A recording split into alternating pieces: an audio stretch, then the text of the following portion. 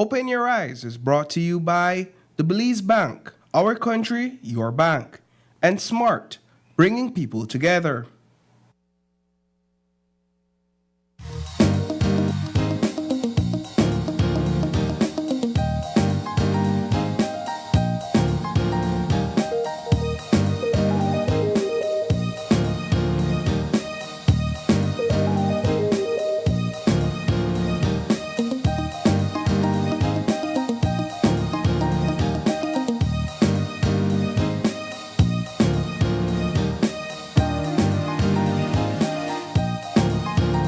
Live from the GBM studios in Belize City, it's Open Your Eyes. Start your morning right with your hosts, Sabrina Daly and Isani Caetano.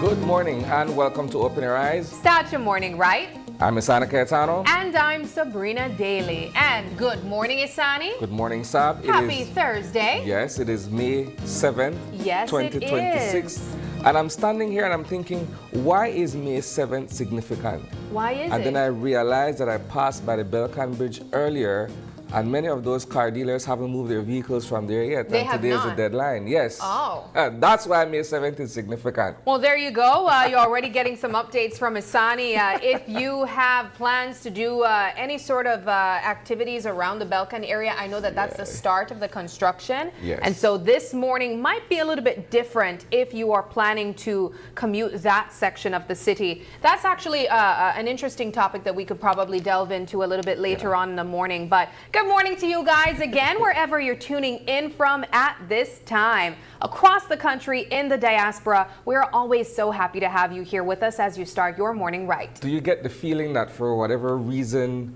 we're already at Thursday? Like this week has just been whizzing by? You'd ask me if I get the feeling that we did a Thursday? Yeah. Yeah, I'm pretty sure we did a Thursday. Some would argue, some would argue that it's been a slow week. Others would argue that, the pace has been picking up rather quickly. And if you ask me, man, we've been busy from we came back to work on Monday. We enjoyed the long weekend with the agric show and everything, but we've been on the ball ever since. No, that's absolutely true. And I'm always grateful when I don't feel the stretch, right? Mm-hmm. When you're able to just move through the pace of the week, and then it's like Friday's here again. But I know I'm glad I'm not feeling like apparently how you're feeling. No, I feel like it's Thursday? been going. No. I said we're here already. That means it's been flying past quickly. All right, that's well, what I was good. getting at. All right. Well, let's jump into some of the things that we have lined up for our viewers in terms of conversations. All right, so for our show this morning, the first conversation is going to be with my good friend, Mr. Edward Brasser, who's footing the bill for the BRC Friday gas break, right? And then debt saving and side hustles. Are students prepared for the real world? Then, no history, no identity. We're going to be reviving the history program, a discussion that we're having with the University of Belize. And lastly, from local tracks to global dreams, what's next for Belizean athletes? All right. Sounds like some interesting conversations to look forward to. Now, I have some even more interesting topics that we think you guys should know before you leave your homes this morning. And these are both local and international. Now, we're going to keep things on the local front first and start off with an early morning attack that left 2 special constables dead yesterday. It's always devastating when we have to report the deaths of police officers as well. And so that's a topic we'll definitely be diving into, since it was one of our headline stories. Also, still on the topic of Belizeans, and I'm really excited about this one, because if Michelle Sampson is tuning in right now, she was a part of the news last night. And she's also a part of a movement of Belizeans turning to backyard gardening as food prices climb. And then this one is a little bit more on the global front. Global debt hits record high with trillion. We're going to cite some of those numbers a little bit later as well. And then still on the topic of some international news, CNN founder Ted Turner dies at 87. And then this final topic I think is going to be interesting for all of us who have social media pages and social media friends. Want to strengthen your friendships? There's a study showing you might be able to strengthen them better if you come offline. So those persons who actually have a lot of social media friends, they were reported to actually be lonelier than most. We'll definitely be touching on hopefully all of those topics. But Isani, let's head over to the couch. And perhaps we could begin with, I don't let you pass through. Perhaps we could begin with the headline story last night. It was, another report coming out of the western part of the country in San Ignacio.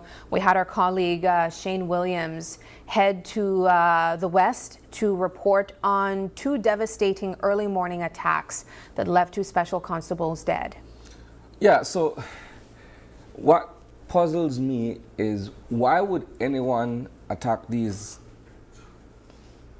special constables in the manner in which they did, considering the fact that, as we would say in Belize, these are ageable people. Yeah. It's not like young men or young people who would have probably been engaged in any kind of questionable activity, right?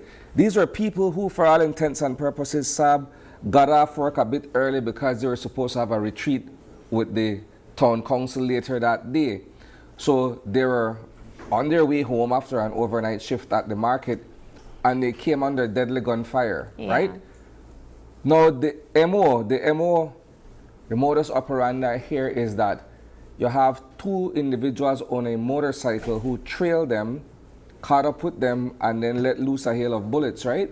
Now, I don't know if that is, how do I describe it? Something that is common, that method, so to speak, is something that is common in San Ignacio. It's the first time I'm hearing of that kind of a drive-by, so to speak, or a ride-by. You would more than likely hear about that in Belize City or other parts where you have that level of criminality, right? Yeah. But it's sad when you think about it. We have 2 lives lost. It completely threw off what should have been a festive day for the San Ignacio Town Council yesterday. Now they're in deep grief, right? And I could only imagine what the family of Miss Osgaya is going through. She has 4 kids. We spoke with her daughter yesterday, and the shock of that, the trauma of it, I don't know that that is going to fade away anytime soon for either of the 2 families involved. Like I said, from the look of it, these are straight people. They were working. They have a routine every morning, as Shane shared in his news piece. And for whatever reason, that routine was broken yesterday simply because we think that the retreat later on in the day, everybody excited, everybody want to get home early. Again, there are people who worked last night, so to speak, right? So they only have a few hours to get themselves together and move on to the next activity. Yeah, going to a point that you mentioned, it's hard enough to report on murders that happen, but I think when we hear of older persons being impacted, it kind of hits a little bit harder than normal. Yeah. Just 2 people, for what we would consider honest living people, doing their jobs and just going by as they normally would, and then finding out that this takes place. It's always hard. I can imagine what the extended family, which is their work family over at the San Ignacio Town Council, must be feeling right now as they try to adjust to this new change. So the woman was named the Woman of the Year for 2016, right? That's an accolade that she earned based on the kind of job and her community involvement and what have you. And the gentleman was a friend of the mayor for all these many years as well, right? So if he can speak on their character, these are upstanding people in their community. So the question once again is, why would they be attacked in the manner in which they did? Yeah, well, the Belize Police Department is still investigating this matter. I'm seeing in the comment section someone saying here the market is known for fishy business. Maybe something occurred there, and we are set to find out. So we'll definitely be monitoring that, though. But let's move into another topic of discussion, still perhaps on the global front. And I'm really excited about highlighting this because, Isani, every single morning we engage with our viewers online, and when we go on our TikTok live, sometimes we get to learn a little bit more about our fans who tune in. And there's this one fan who goes by the name of Michelle Sampson. She has been watching us every single morning. She knows who all comes on every single day. And she has shared with us that she loves backyard gardening. And I don't know how Paul figured out or decided to go and visit Michelle and learn a little bit about her story and what got her into gardening in the first place. But I think it's an excellent example of what we can do to help support ourselves through the prices that are changing and the increase in costs at the groceries. And so Michelle, certain things she don't even have to go buy it at a grocery store. She don't even have to go buy it at market, Mish. And I'm just so proud of you for being able to do something like this. And even more proud of the students at Sadie Vernon. We also have the principal, the vice principal, who would tune in often, Samson Jacobs, and he has been, a part of this institution that has also been engaging young people in backyard farming as well. When I think about this story, upon seeing it yesterday, I remember an argument that I had with my older brother, right? Because we're both into gardening, but for different reasons, right? And maybe he foresaw this all these many years ago, and I, perhaps was late to the party. I'm saying this, right? My idea of gardening for me is flowering plants. Okay. So that's what I enjoy. I want to wake up in the morning and see bright reds and yellows and things of that sort. But for him, it's about planting, planting food items, planting vegetables. Food fruits. security. Yeah, and so his argument to me was, well, why shouldn't we plant okra? Or why shouldn't we plant tomato? And my thing is, well, that my garden space, I want to see flowers, I don't want to see vegetables, right? But then he countered by saying, but the price of everything is going up. Exactly. And in my ignorance at the time, or maybe my arrogance, if that were the case, I said, well, I don't worry about that. Fast forward to now. No, you got a whole ton of okra. No, I don't. But fast forward to now, a lot of people are thinking the same way he thought back then. That's the point that I'm making, right? All right. So when you look at what's happening on the shelf in terms of vegetables, I shouldn't say shelf, in the freezers or whatever, coolers, people, the plant their own tomato, I see they're going as far as planting raspberries and strawberries. Maybe that's a step extra. But in terms of the basic provisions, right? You could do a cabbage home, you could do your tomato, your okra, your thyme, and all of these other stuff that you can use as ingredients for a proper meal. Yeah. And it saves you the expense of having to go to the Finnegan market or wherever you are and pay those extra dollars. Mish said, I started with flowers. She's in the comment section right now, guys. Good morning to you, Michelle. She said, I started with flowers. I have a lot. And I'll tell you a little secret, too, Well, we need to hook up then. After this, I need to get Michelle's number. Yeah. And then I'm going to reach out and get some flowers from her. She's right on social media, but I'll give you an added tip for those kids who don't like eating vegetables. One of the easiest ways to get them to eat more of their veggies is to see it grow, is to have them see it grow in the backyard. Yeah. And I'll tell you, they even tricked me. That the one good trick for me because I don't like tomatoes, but if I see it grow around me and I pick it myself, I'll be more inclined to eat it. I don't know what that relationship is, but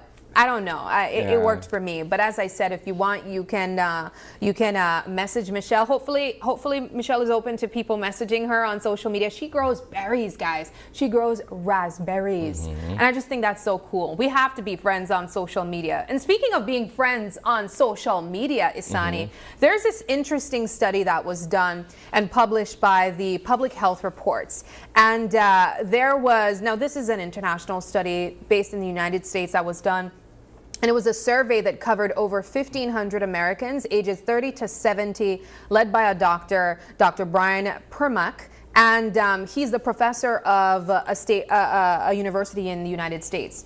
Now, what he found out was something really interesting because I find that there are a lot of people who appreciate social media for staying connected.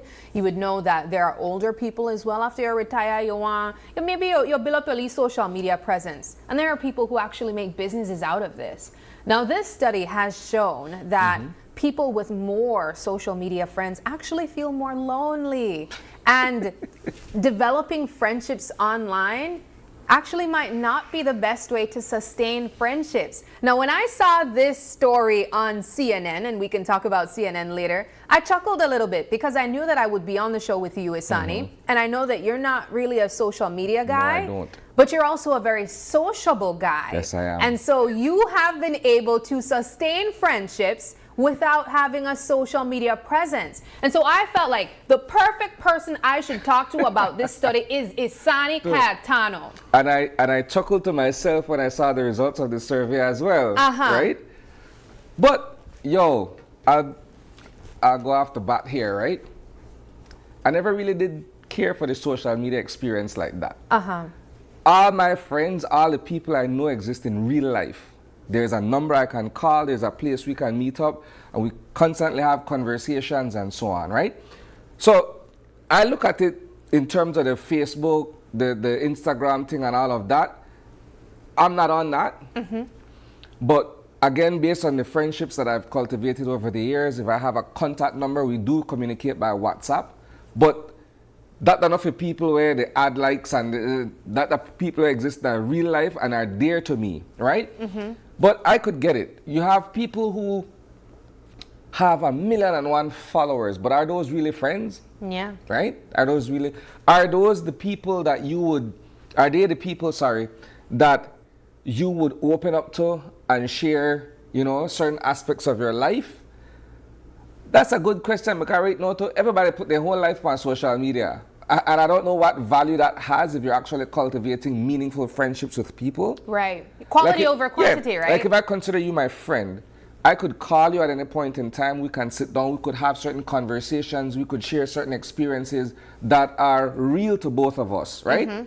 But if I'm just putting up a picture or a video of an activity that I'm doing and then you're responding to it, I don't know that that qualifies as friendship in any form. But that's just the way I look at it, right? Yeah. But I feel sort of vindicated. Yeah, I thought of you last night because I know Isani will really feel proud of this. And the truth is, I mean, I share a similar sentiment. I have social media pages, but I find myself struggling at times staying connected to people around me. Yeah.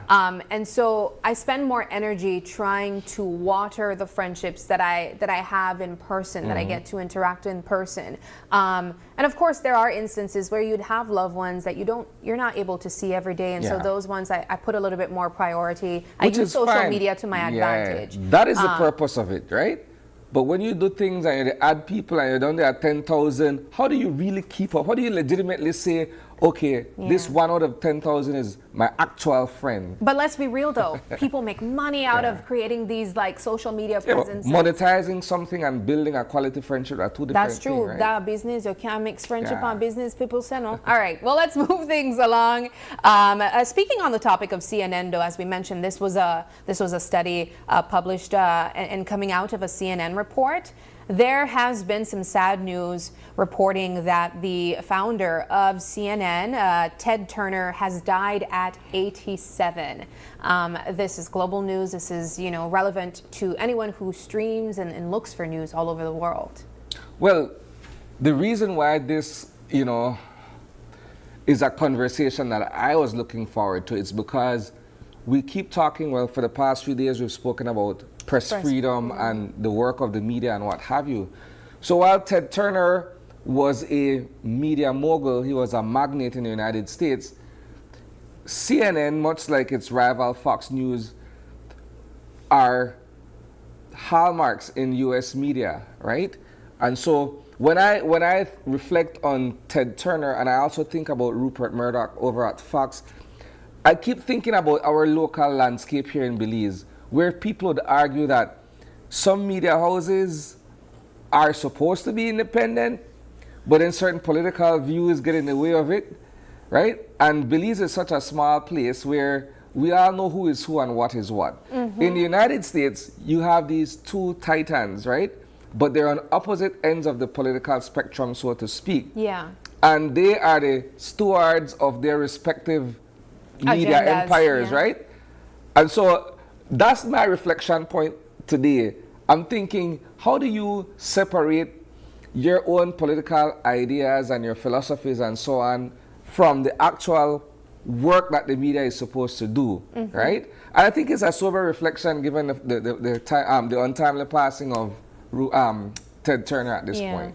I mean, I also think of the legacy that he's built. I mean, when you think of CNN, that's one of those household names of media in the world. Yeah. We read CNN articles all the time, every single day, all throughout the day. And I know that there are several other people who, whenever they want to be up to date with what's taking place across the world, they go to these media pages, very similarly to what we strive to achieve here at Greater Belize Media. And so this is just a moment of reflection, and I think especially during this week that we talk about press freedom. Yes. But I want to end on this quick note that we saw. There has been the global debt report that was put out for 2026, saying that there has been a record high of $353 trillion. And even know how to begin process that. That's an astronomical figure. My only question is, how much of that do I bear?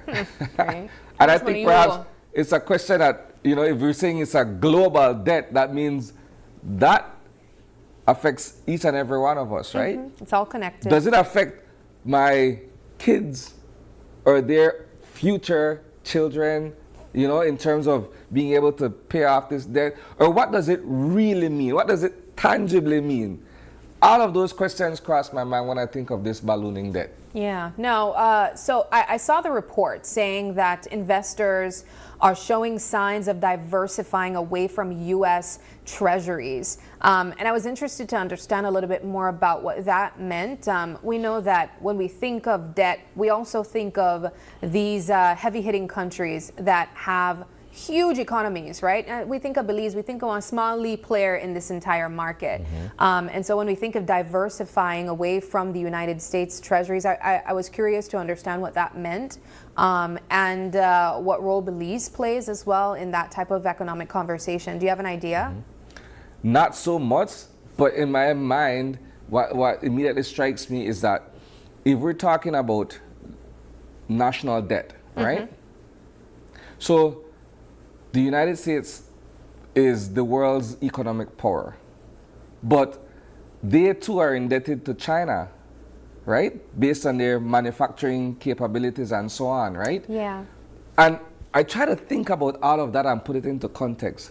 Perhaps this is a part of the overall picture where we're indebted to each other and the cost of doing business against, you know, consumerism continues to blow that debt up. When you hear monies that size, I just wish we could just wipe it clean and just start over. You know, like debt forgiveness. Make I just forgive you, Sani, owe me that $1 trillion. 353 trillion? And we start over with a blank slate and everybody just be happy.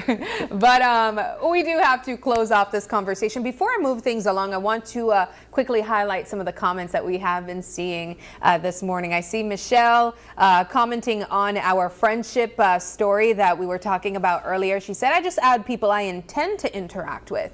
And there are people like that who they don't just add people or follow people on social media just for the sake of having numbers or high quantities of followers or friends on Facebook. April Martinez, our girl, she said, you know, we know a lot of people, but have a handful of friends. And girl, truer words could not have been said. We also have Michelle saying, I have a whole group of ladies that all we do is garden, flowers and all. And that also speaks to the gardening story that we highlighted, and even friendships. That was also one of the points that was raised in the study, that it's better to have friendships in persons. And so like book clubs, gardening clubs, even stuff like that would cultivate better friendships and would even have people feel less lonely. And so that's just some of the comments this morning that we saw online. We always encourage you guys to comment in, and even as the morning progresses and we have conversations with our guests coming in, we encourage you guys to comment in the comments section. We might just pull up some of them and ask them as well. But we are going to take our first break now, and don't go anywhere. When we come back, our conversation we are diving into is who's fitting this bill for BRC's Friday's gas break.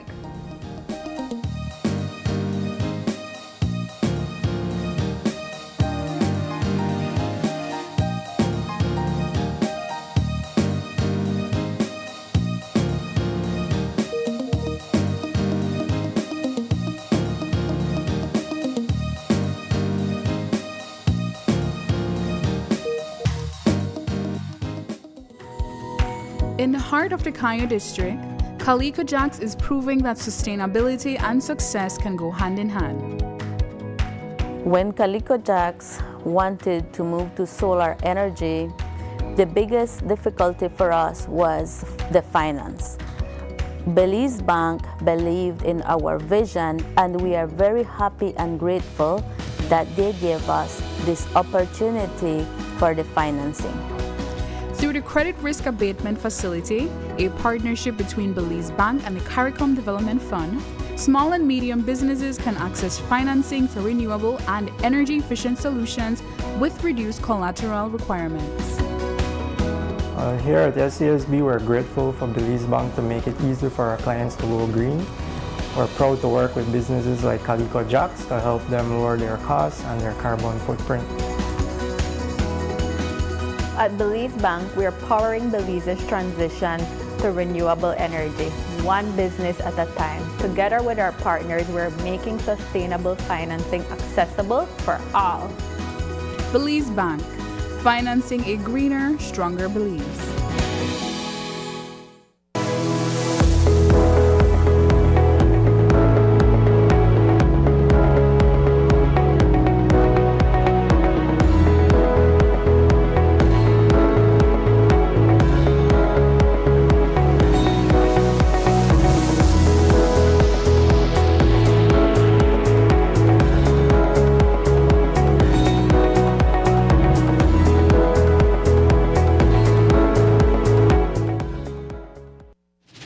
Belize wakes up connected to opportunity.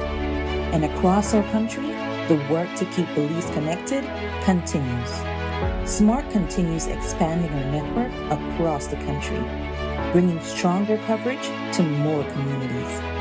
With recent service enhancements in areas at Blue Creek and Progreso, Belize City, Orange Walk, and more on the way.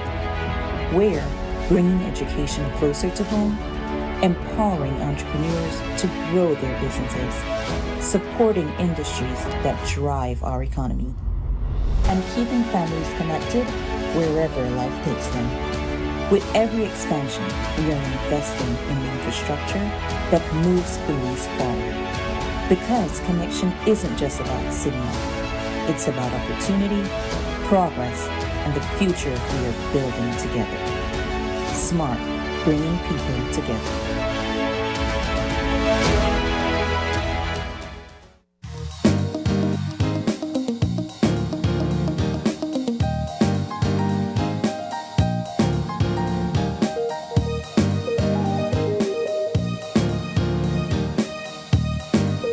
And welcome back.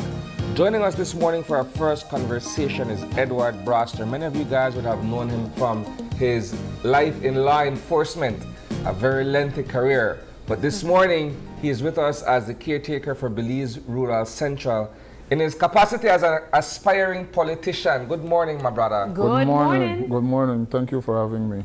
Before we get into the whole idea of easing the gas paying in BRC, let's talk a little bit about your retirement and what you've been up to since leaving law enforcement.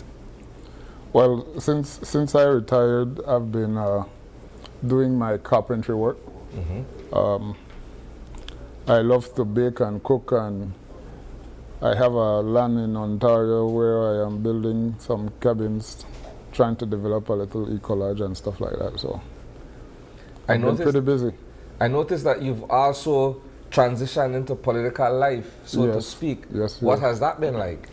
I had to answer the call when my good buddy Lee Mark Chang told me, we need you, because of the chaos that was happening in the United Democratic Party, right? So I entered. I love serving people anyway. I love helping people, so it wasn't any great challenge for me to readily accept it and took up the mantle. My question for you, Rasta, why Belize Rural Central? Why Belize Rural Central? Yeah. You know, ironically, I worked in Belize Rural Central, right? And I've done a lot of work in Belize Rural Central in terms of assisting people in need and different things like that while I was in the police department.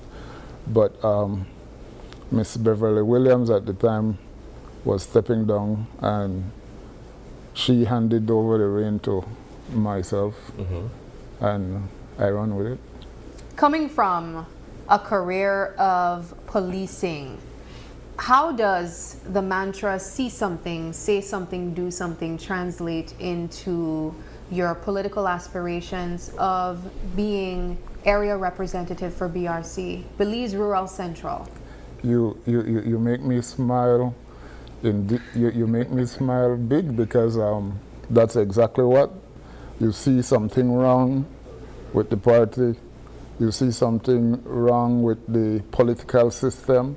So if you see something, you can't just say something, you got to do something as well, right? So that's the encapsulation of the mantra of see something, say something, do something. But it would almost feel like it would almost seem like you are the Daniel in the story of Daniel and Goliath, in the state of David and Goliath, in the state of where your party is at this time, and even, you know, your aspirations of taking BRC. The size of this constituency is very large. What steps do you believe that you will take or can take to win over the people of Belize Rural Central and reunite the party as well, the UDP? You know, a lot of people say, and when I go visit the community, I speak to them and I tell them several things. I will not lie to you. I will not hide from you. And I love my name, right? And they say, oh, all politicians come and say the same thing. Which is true. Right? Yes, it is true. But I told them, I said, look, I'm not a politician. I'll be a partner. And I believe I've proven that throughout my career as a police officer. And I will prove it as the representative for Belize Rural Central. I visited practically every nooks and cranny of Belize Rural Central. I walk in mud and water to my knee to get to some people's house. And it's sad to see how some people live in those conditions in some of these areas, right? And I promise that I will do what no politician has ever done for them in terms of alleviating their plight, whether it be in terms of roads, drains, housing, education, and so forth. And I'm going to advocate very hard and strong in our party when we form the government to ensure that we be different from the regular politicians. It's interesting that you would say that, because it brings us to the heart of our conversation with you this morning, which is being able to help Belizeans, at least those in your constituency, to save some money on fuel. We've been talking about the soaring cost of fuel, not just this year, but for several years, exactly. Right? Fuel price has never really gone down, it just keeps climbing. Here you come with an initiative, at least for BRC, where you're telling people that for one day, tomorrow, those who line up at the gas station in Ladyville will be able to get some fuel relief, $2 off, right? Explain to us how this idea came about and what is your end game in terms of being able to carry out this activity. Well, before I explain how this idea came about, I need to explain that already there's a foot to try and sabotage the project, right? Because apparently the push-up price administration, the PUP, is trying to derail the program in terms of putting pressure on the gas station owner. Because he called me and he said, What's this about? He said, this is going to destroy me politically, this, that. I said, look, I'm offering the residents of Belize Rural Central to come fill up at your gas station. They're going to pay the normal price to you, and I'm going to take off $2 off each gallon, maximum 10 gallons, right? And that came about because, like you said, I sit and I watch the television and I saw the Prime Minister, John Brisenia, who, when he was in opposition, he was like telling the former Prime Minister he needs to lower gas, and these people are attorneys, they're not businessmen, and all kinds of stuff and stuff like that, right? And now, he being the businessman, he's in power, and he refused to reduce the cost of fuel. Now, he can't blame it on the war in Iran.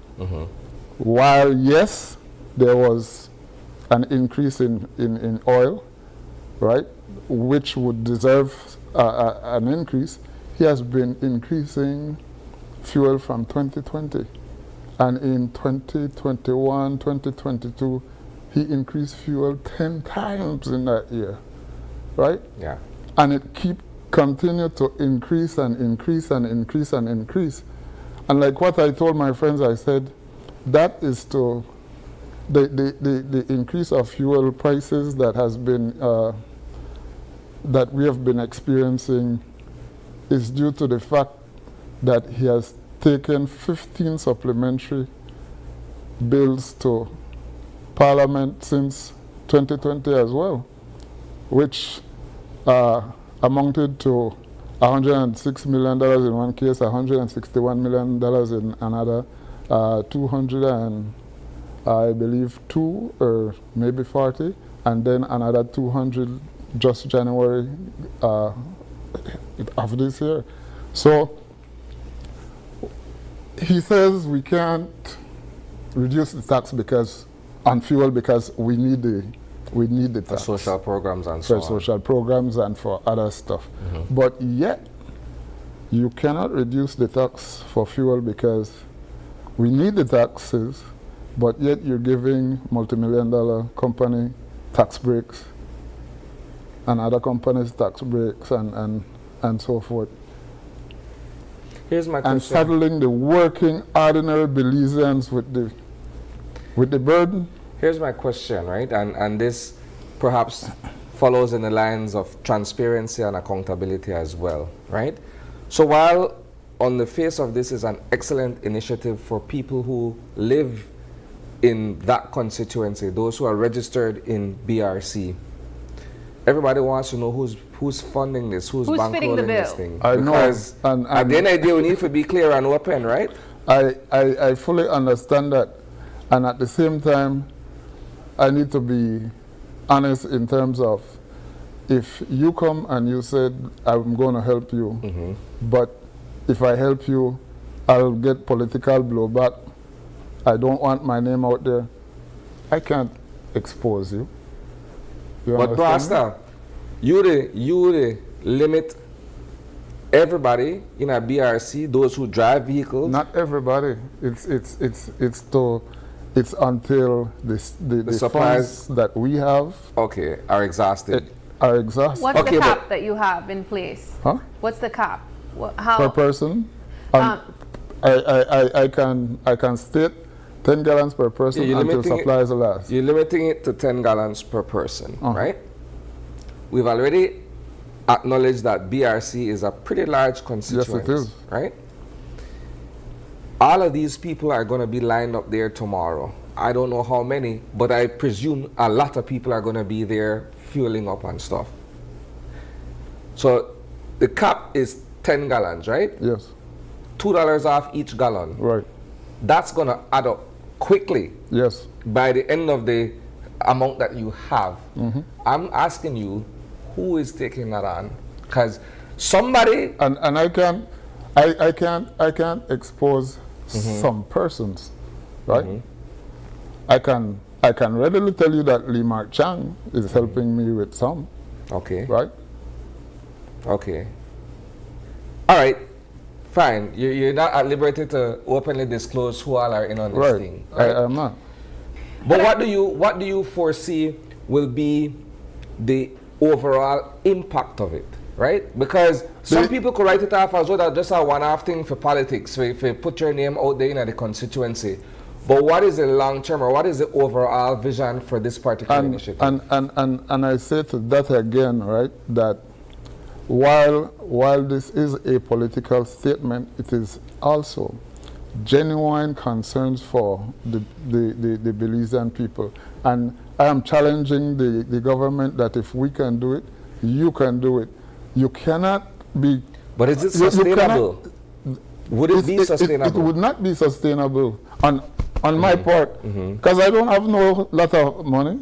You understand me? And I'm sure that my donors will not be able to sustain such a program every day for or every month, or every month, whatever, right? So I'm challenging the government through this program to reduce the fuel. You say you cannot reduce taxes, then everybody should take the burden. Don't give multi-million-dollar company tax breaks and saddle the Belizean people with the high fuel cost. What about the timing though? Because you yourself admitted earlier that you can't completely blame it on what's taking place in Iran, but what's been taking place in Iran has driven up global oil prices, right? Yes. So maybe you as a man in a hard time to drop the price over something where at this point legitimately he can't control. But in a good times he done minicate it up so he can bring so he can offset it a little bit. Yeah. You understand me? He can offset it a little bit. And you cannot say you can't do that while you're giving tax breaks to multi-million-dollar companies. Okay. And have Belizeans pay for high fuel prices. That argument can't wash. Okay. Right? Now, I want to ask regarding because you said that persons will be able to go to the pumps and take advantage of this subsidy until the budget runs out. Right. Do you have, are you able to disclose what that budget looks like? Because with $2 off for up to 10 gallons, that's about $20 per person for a constituency that's over 8,000 voters. I at this time will not disclose the budget. What I want to declare is the fact that the gas station or any gas station that we deal with do not have any affiliation or relationship with us, right? They're not contributing anything. Yeah. So I want to make that clear so that. All right, so we can put it I also want to ask, if I could, as an aspiring politician, Mr. Broster, what is your take on campaign financing reform? Speaking to what Isani was asking about, transparency and revealing who your donors or your secret Santas are. Campaign financing, in my view, has a lot to do with, I don't think that politicians should be giving monies to individuals to vote, right? I think we should try and come up with a model where it's illegal for a candidate to be giving money. But that's only one end of it. What about receiving monies from people who have questionable backgrounds and you can't openly declare who is funding your campaign?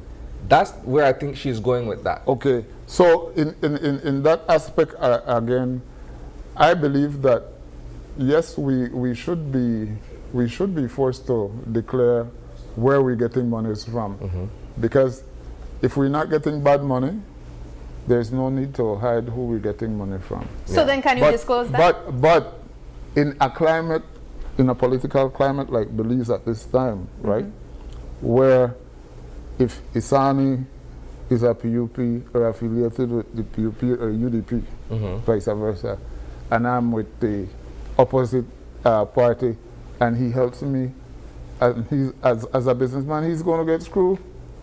We all know this. But we also know that in Belize, the practice has been that some business owners finance both parties. Yeah. Yes, they finance both parties. Some do it openly, Yeah. and some do it discreetly. Yeah. Right? But here's the thing too, Brasta, right?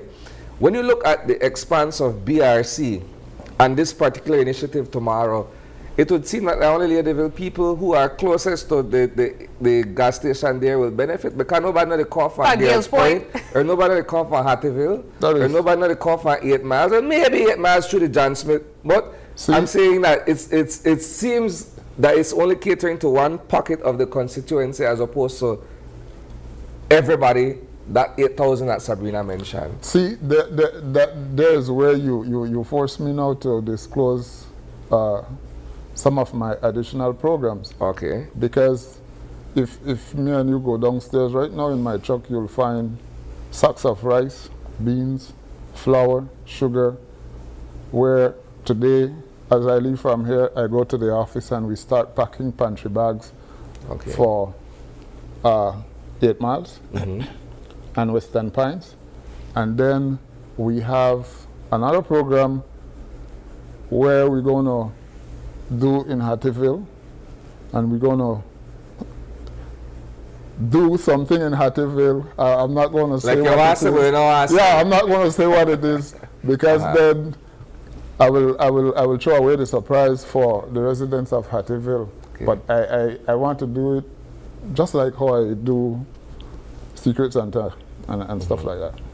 What has, okay, so you've walked the entire constituency, community by community. Right. What is one of the most pressing concerns that you would say, wherever you go, you hear people talking about it? Roads, drains, land, and housing. Those are the 4 major concerns everywhere you go. Have you been able to devise a plan so that when the next general elections come around and perhaps you stand a chance of winning, that you would actually have something in place to hit the ground running with? Yes, we are working on an app, and like you guys been mentioning, transparency and accountability, where we gonna have individuals place their requests for whatever purposes, whether it's fixing road, whether it's fixing drain, lot, housing. So if Isanika Itano applies for a house, his name will be at the top, right? And there will be an electronic record publicly, so that if Sabrina comes after, her name can't be above Isanika Itano, right? And then when you receive your request, it will be green, right? And that's the transparency that we will be doing with our constituents in Belize Rural Central. Well, Mr. Broster, I know that plenty of people at this time are anticipating, you know, that relief at the pumps tomorrow, especially those voters in Belize Rural Central. Just to do a quick recap of what was mentioned, you're saying that this support will be provided to the voters of Belize Rural Central. What do they need to provide to prove that they are? All they need to do is bring along their ID, and they give us their name. The voter's ID, is it? No, any ID. So how do you security card process? Do you have to be a voter? Yeah, we will check if you register in Belize Rural Central, and once you register, you get the discount. And as you mentioned, you will not disclose what the budget is for this relief. No. So really, it could be 10 people. Maybe it could just be 10 people, or it could be 100 people. Because yes, we have some individuals right now who are trying hard to find out what our budget is and where we're getting our budget. All right, here's another question, and I'll leave it at that. What time do you guys start with this activity? We start tomorrow? 8 o'clock a.m. 8 o'clock tomorrow yes. 8 morning. a.m. tomorrow. 8 a.m. All right. Well, you heard it here, if guys. we can do it, the Prime Minister can do it. All right. All right. you heard it here, guys. This one's for you voters in Belize Rural Central. The pumps open 8 a.m. and you can come and get up to 10 gallons of gas at this Discount. specific $2 per gallon. gas station with a $2 discount, and this is provided by the caretaker, Mr. Broster, and his supporters who have been providing that relief to you guys. As we mentioned, there is no budget revealed, and so I think it's kind of like a first come, first serve. If Yes, you're it lucky, is. you get it. And as he mentioned, there are also other programs across the rest of Belize Rural Central. So this isn't just a one-off thing or a one experience for Ladyville in particular. There are other programs taking place in Gales Point and other areas in Belize Rural Central. You have your hands full, Mr. Brasta. I definitely do. For a man that's retired now, I would have expected you would have been enjoying a retirement, but you've decided to take on quite a heavy task. Still doing your other hobbies like carpentry, your other business aspirations, and now even politics. This is going to be, I think, an exciting second part of your journey, and we wish you all the best. Who said hard work doesn't kill a man? Yeah? Hard work not kill people, no? Come on. Hard take on gas paying does though. All right. All right, Mr. Brasta, well, thank you very much for joining us this morning, and we appreciate the time that you took to speak to us. Thanks for having me. All right, we take a quick break now, but don't go anywhere. When we come back, our next conversation is debt saving and side hustles. Are students prepared for the real world?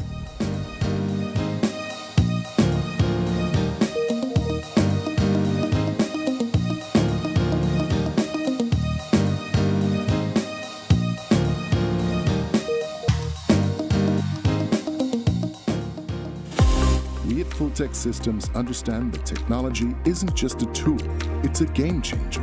At home, smart devices and AI are revolutionizing daily life. In education, tech is making learning more interactive and accessible for students and educators alike. For businesses and government, it's driving innovation, streamlining operations, and unlocking growth leveraging tech for better services, infrastructure, and security. At Full-Tech Systems, we help you thrive with cutting-edge solutions, partnering with leaders like Dell, HP, Microsoft, APC, Fortinet, Cisco, and Tomy. We deliver the right products for your needs, whether it's boosting efficiency, improving customer engagement, or scaling operations. Connect with us and let's drive innovation together. Full-Tech Systems, your technology center, where you come for the price, but stay for the service. Get ready, Dangriga! Something big is coming your way. Open your eyes, Summerfest 2026 is heading to the culture capital, Dangriga. Join us on June 12th at 6:30 a.m. at the iconic Alejo Beni Park for a morning filled with energy, excitement, and pure talent. This year, it's all about the kids, from singing to dancing, poetry to performances. If they've got talent, we've got the stage. Bring out the entire family and come celebrate creativity, culture, and the future stars of Belize. Expect fun, music, surprises, and unforgettable moments. Don't miss it. Open your eyes, Summerfest 2026, where young talent shines the brightest. Look here, your kitchen light there and never in the kitchen. Mama going back in there right now. And the coffee maker? Just to try to keep my coffee warm for later. Where do you know? I'll try to think about what to eat. You know the more you open or close the fridge, it takes longer for the food cool. Uh-huh. For a hot day like today, it burns more energy. You charge your phone right now? No. Plug it out then. You really only wash 2 Lee socks and 1 Lee shirt? You don't know what small load burn the same amount of electricity as large loads? But this is my favorite shirt. You have to be more energy efficient. Use large loads. This AC they blow hard. You know, if you keep the temperature at 25 degrees Celsius or higher, you burn less energy and you also keep the place cool. And for a nice day like today, turn off the AC, open up the house and make some fresh breeze come in. You know what? I think I get it now. As consumers, we need to be more energy efficient and practice energy conservation.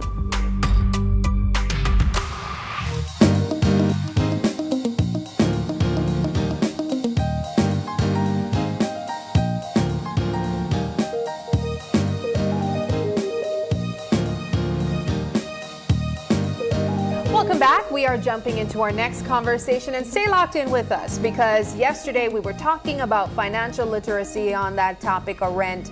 This morning we are continuing that conversation, and I think fittingly so.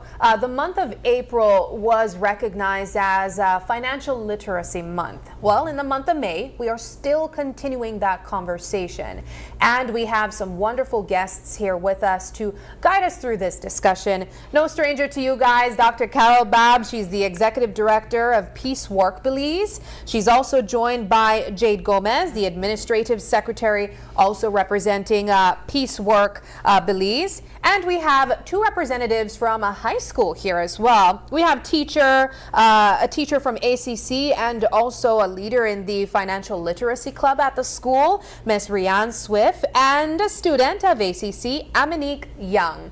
Ladies, thank you so much for joining us and welcome. Thank you for having us. It's always a pleasure to be here. As you rightly said, financial literacy is a passion for me. I believe that we as a society, all of us, including the media, we need to ensure that our young children become financially literate. Financial literacy is a life skill. And a lot of us are suffering. Yes, things are expensive, everything has gone up.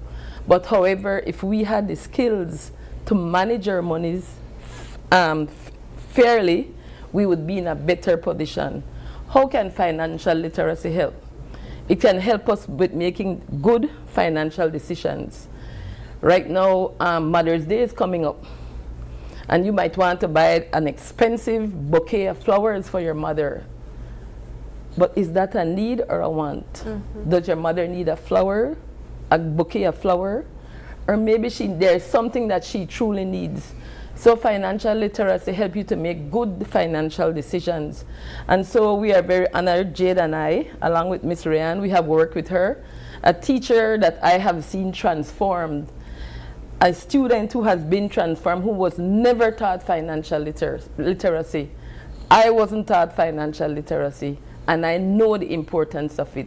And that is why I'm doing my very, very best to go around to schools, teachers, parents. They need financial literacy too. Yeah, many households in Belize have never had that conversation surrounding financial literacy. Some households, some children in particular, they are following in the footsteps of their parents and witnessing bad saving, coming out of debt, trying to figure out how they will make money to get out of the debts from their parents as well. And I love that we have students here, because I think of students and I think of education as an investment, right? Right. But oftentimes you would find that young people wouldn't expand and go further because they would say that they can't afford it, you know, and that's the reality. There are some students who go into debt sometimes as well to get their education.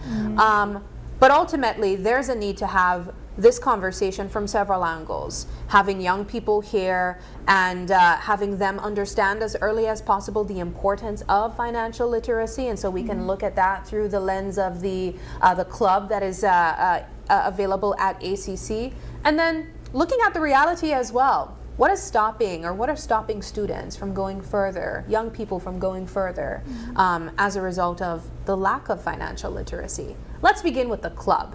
Ms. Rianne, tell me about this Financial Literacy Club, when it started, and how effective do you find this club right now? Well, good morning once again. The financial literacy at ACC, we strive for academic excellence, but besides that, we also strive to address our students' skills and their talent. And a part of that is the Financial Literacy Club. As an educator there, I want to prepare, or school are preparing them for real life scenarios. So the initiative of the clubs is there, but one particular club is the Financial Literacy Club, in which we have been noticing that students are leaving without the proper knowledge of money management, money skills, and creating this club for them to be able to learn what it is and how to budget, how to properly save, and what would be the next step when exiting high school was a great initiative. So I was very excited to be a part of this initiative, and it turned out excellent. For students who were very excited and wanted to learn to save, wanted to learn how to proper budget, because they didn't see money as something as, we just spend. So it was a great initiative that the school did. What has been the reaction from students? Well, it was first, to change their mindset about money, because they see money as something as, all right, it's an asset for me. But to properly manage it and to properly know that it's there for us in terms of emergencies, in terms of saving, in terms of future goals. So it was very good to have the assistance of Dr. Bob and Jade to shift that mindset along with myself. I would want to think, though, that in this day and age where consumerism and materialism are both always competing for the attention of young people. Yes. Especially like if I go up on social media, everybody brag about what they buy or what they have and so on. How do you then counter that with teaching them the value of saving, the value of responsible spending and so on? Well, with the help of Dr. Bob and Jade, we teach them about what are needs and what are wants, what are necessities, emergencies. So it's to help them mold that mindset. And through all our activities, they do know that of the importance of it. It's just for us to help guide them and emphasize that they should go down that road. Now I want to get Amanique in the conversation, a student from ACC, I imagine also a part of the Financial Literacy Club. What do you like about this club? I like that it changed my mindset about money. I used to just spend money without thinking about if I would need it later, if I would have an emergency in need of money to do something. But when I joined this club, the teachers and Miss Bob and Miss Jade taught me that not everything you see you should buy, or you should save a portion of your money. So if you need it in the future, you can have it. Now, I think it's really important for us to find the connection of Peacework in this conversation as well, because Peacework is an organization that has been providing educational opportunities to hundreds of children in Belize for many years.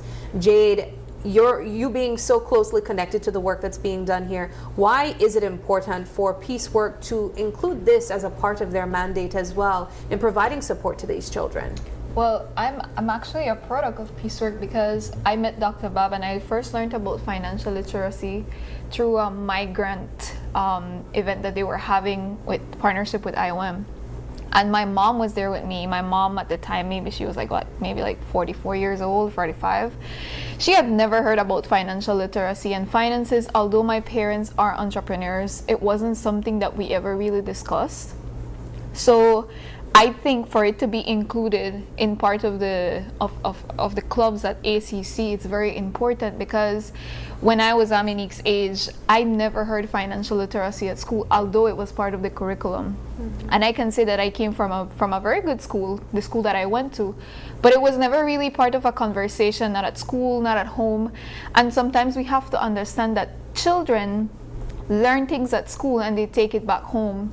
Something that was very impactful for me, and I was sharing with Dr. Bob, is that on Tuesday when we went to open some of the accounts for the children, there was this mother, and she said after that, she looked like she wanted to cry, and she said, you know what, I'm going to start saving for my child, but I'm also going to start saving for myself. And she looked like she was about my mom's age, and that just really touched me. It felt very personal. And I can tell you that financial literacy is very important. It's not just for children, it's also for young adults. You were talking about peer pressure, because that's what it has to do with. So at school, when you mix financial literacy with emotional intelligence and you're able to teach children that, okay, not because Aminique can afford this, does that mean that you need to buy it, or you need to put yourself out there to purchase something that is not within your means. And it is difficult. It takes discipline. I can tell you as a young adult, it has not been easy. But the younger you instill this in children, the younger you teach them the value of work. That's another thing too, to open the savings accounts. We didn't just give them the money. We needed them to learn, okay, how are you going to get the money, you know? And the younger you teach the children, sometimes as parents, I believe that, or even as older siblings, we want the best for our younger siblings or for our children. But we don't teach them the value of work. We just give them everything. And you're not noticing that, not because you had it hard, does that mean that you want to make it a lot easier for the child so that the child becomes dependent on you as a parent or as an older sibling. Stick up in there. That is very, very interesting and important. Yep. Because a lot of us have this mentality where, and I'll use myself as a parent, right? Yep.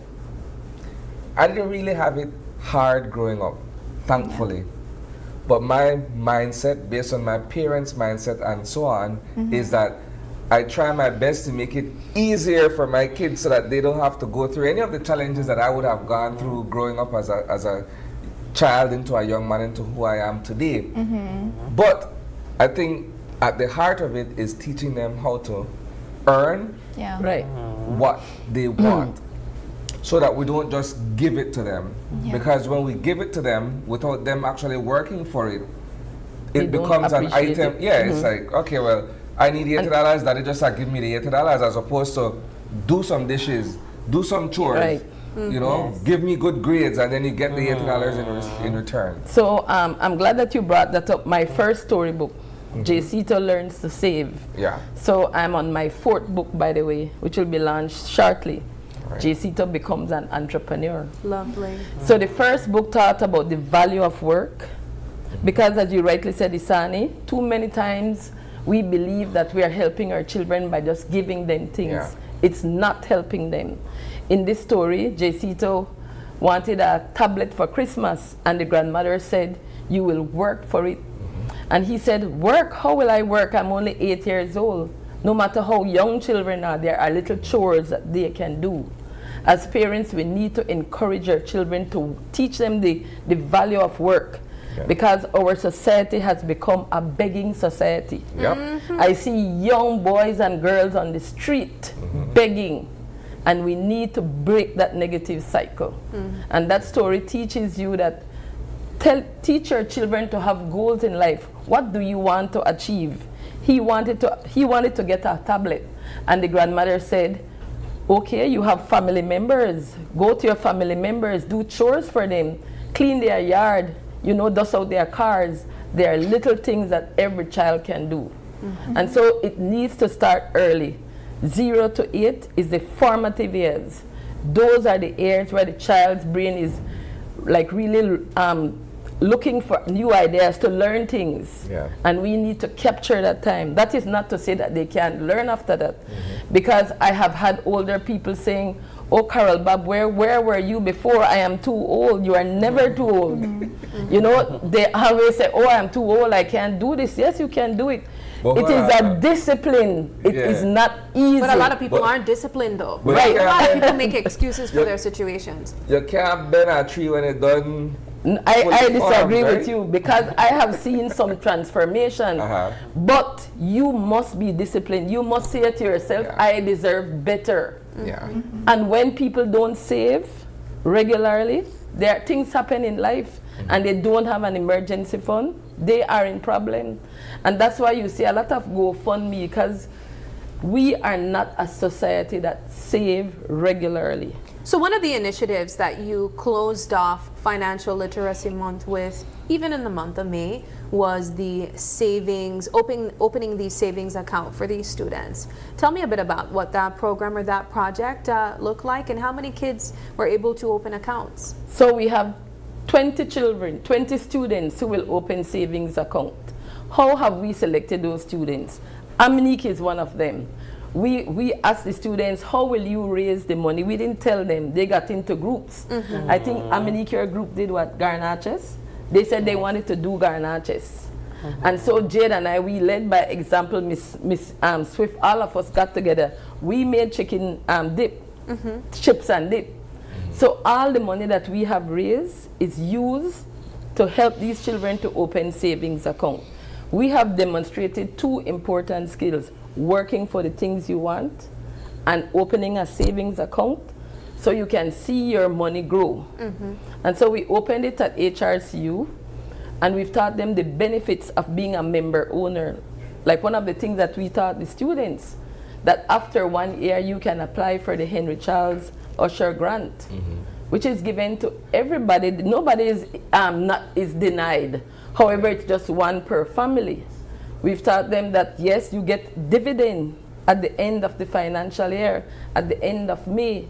So there are things that children need to learn early to realize what are the benefits of savings. And Aminique, how do you plan to save monthly or as many as often in your now savings account? I plan to, like, every few times I get money, like, split it in half, put half aside for savings, and then if I need to, spend the rest on necessities or important items that I need. Have you had an idea of how much you want to save? Because I know some people feel like, you know, if you put something in your account, make sure you put something, a sizable amount. What's too little to you to put into your savings account? Like, or do you think anything you could be able to put in there? Well, every penny counts. Exactly. Yes, very good. Yes. I remember they would tell me even if it's $1 or $2, you put it in your HRCU or you put it into your credit union. No, we'll never say, put it on your book. Yes, put it on your book, right. Yes. Well, this is an excellent initiative, and I know that even beyond Financial Literacy Month, we'll still be having this conversation, Dr. Bob. You guys representing Peace Work. There are so many children, as we mentioned, that have benefited from this organization. If there are people who would like to learn more about what Peace Work is doing, how can they reach out to you guys and learn even more about financial literacy? Okay, they can reach out to Jade or me at 670-5568. Or 629-4700. And it's not only for children. I want to answer that beautiful question that you have there. It says, are students prepared for the real world? I don't think so, not yet, because there has to be more open conversations about money management, particularly for young adults like myself, people that are going to UB, to Galen, to whatever university they're going. Financial literacy should be part of the curriculum at university. Absolutely. Because it is a conversation that sparks a lot of interest in young people. And I think we are taught at school how your body works and about math and everything, but they don't teach you how you're going to manage your money. Despite of whatever job you might end up having, we're going to have to deal with money. And it's difficult sometimes when your parents can't answer those questions, right? Yeah, and it's a part of survival, I think, if we think of it that way. It might change the perspective. And as we do training, I challenge parents and I say to them, if it is not taught in your school, tell your teachers that you want your child to be taught, because it is in the curriculum. It became a part of the curriculum when I was the chief education officer, so I know it's there. But quite honestly, when I went into the same group, the same club, I asked the children, how many of you have heard the word financial literacy? 2 students. I said, how did you learn about it? The boy said to me, Miss Bob, you taught me at Unity Presbyterian. You know? Yeah. And so it's very fulfilling for me to know that there are students who can both know that they are aware of financial literacy and its importance. It's a life skill for everybody, Isani, regardless of age. Excellent. Well, ladies, this has been a wonderful conversation. Thank you so much for joining us. Congratulations on the work in the ACC and also coming out of Peace Work. We appreciate it and we wish you guys all the best. Thank you for having us. All right, we take a quick break now, but when we come back, we have another interesting conversation to look at. We're calling it Reviving the UB History Program. No history, no identity.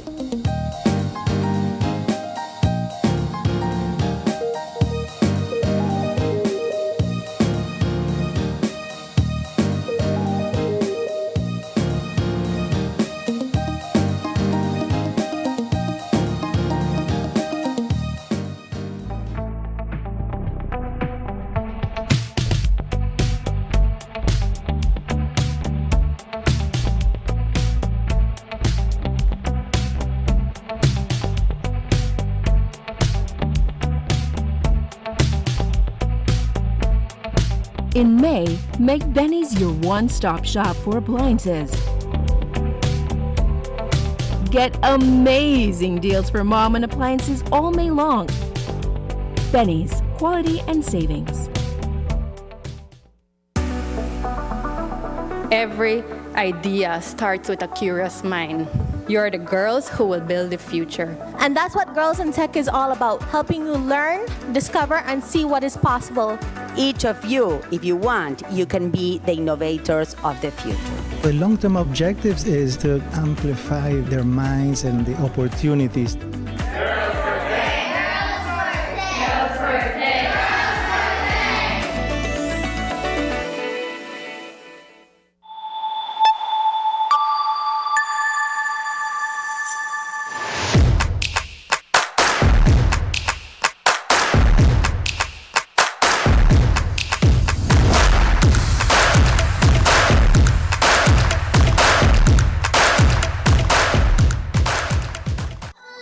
Haven't updated your information recently?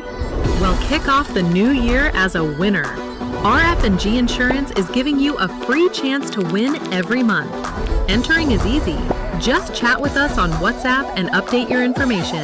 That's it.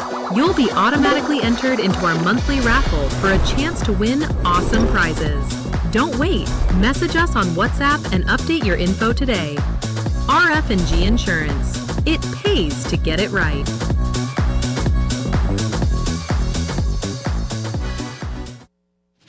Belize wakes up connected to opportunity. And across our country, the work to keep Belize connected continues. SMART continues expanding our network across the country, bringing stronger coverage to more communities. With recent service enhancements in areas at Blue Creek and Progresso, Belize City, Orange Walk, and more on the way. We're bringing education closer to home, empowering entrepreneurs to grow their businesses, supporting industries that drive our economy, and keeping families connected wherever life takes them. With every expansion, we are investing in the infrastructure that moves Belize forward. Because connection isn't just about signal, it's about opportunity, progress, and the future we are building together. SMART, bringing people together. Some hands do more than carry. They prepare, they fix, they comfort.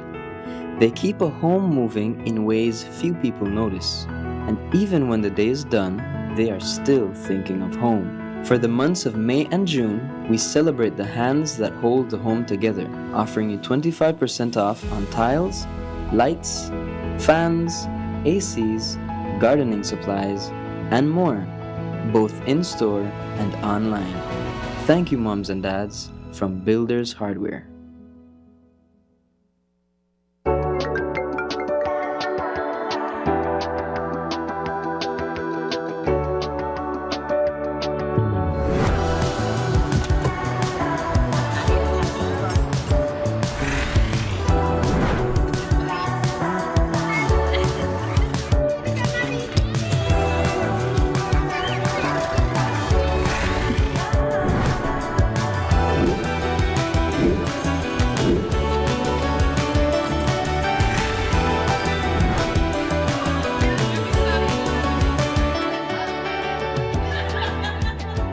The future is calling. Belize Bank. Your future, our commitment.